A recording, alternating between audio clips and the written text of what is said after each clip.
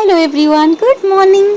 आज आपण मान सहित मत टी कथा हाँक इच्छा और मोर कि स्मृति भी सेयार करने आपण जो भिडटी देखुना से अक्टोबर 6 तारिख जोटा कि मोर ए ऑफिस रे लास्ट वर्किंग डे थिला।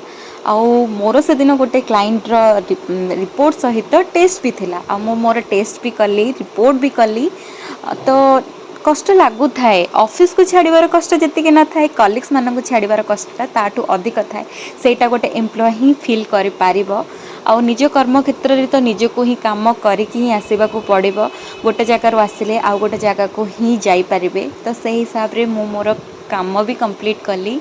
आउ सेठी दुख लगुले भी मुझको कंट्रोल करके सबू सारिकी आसिली। आउ निजको बहुत भल लगे निज डेजिग्नेशन हिसाब रे निजे जितेबाला सिग्नेचर कर आईटा तो मोठू खुशी आउ कहीं ही पारे आईटा को भी मु कली देन मोर काम सारी बायोमेट्रिक्स देके आसिली। Thank you so much.